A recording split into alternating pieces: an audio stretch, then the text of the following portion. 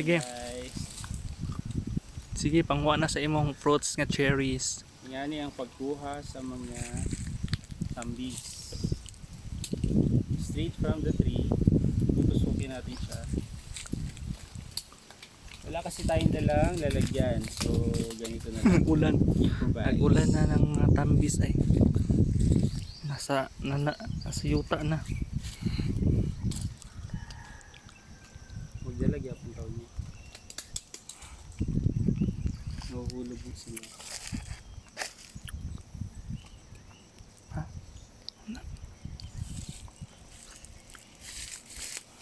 Pero bro. Ganito.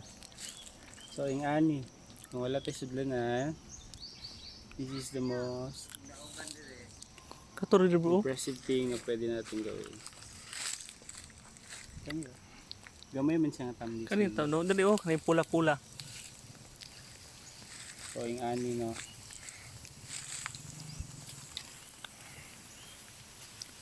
Sa agriculture man isang kasama mo. Oh, agriculture. Nakala, labangan, yun siya na-assign doon.